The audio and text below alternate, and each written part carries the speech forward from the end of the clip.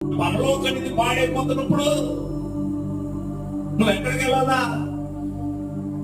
నీ ఇదేమైపోవాలా? అసలు నిన్ను దాచేవారు నువ్వెవరి పొంగు చోటు దాక్కున్నావు, నువ్వెవరి రెక్కల సన్నిధిలో దాక్కున్నావు, నువ్వు ఎవరి దగ్గర ఉన్నావు? అసలు ఆ దేవుడి యొక్క మహాకృపలో, ఆ దేవుడి యొక్క దీవెనలో, ఆ దేవుడి యొక్క శక్తిలో ఉన్నావు. ఇంటికి తాళం వేసుకోవాలండి. ఇంటికి తాళం నీ నోటికి వేయాలి తాళం. ఇంటికి కాదు, ఇంటికి తాళం వేసుకోవాలండి. చుట్టాలు వస్తున్నారంటే, లేకపోతే మా కుటుంబంలో కొన్ని సమస్యలు ఉన్నాయండి, అన్నిటికీ ఒకటే పరిష్కారం, ఆయన నచ్చలేడని క్రీస్తు. ఆయన దగ్గర మనకు గొప్ప ప్రణాళిక ఉంది, ఆయన దగ్గర రక్షణ ఉంది, ఆయన మనకు గొప్ప క్రియలు చేసే దేవుడు.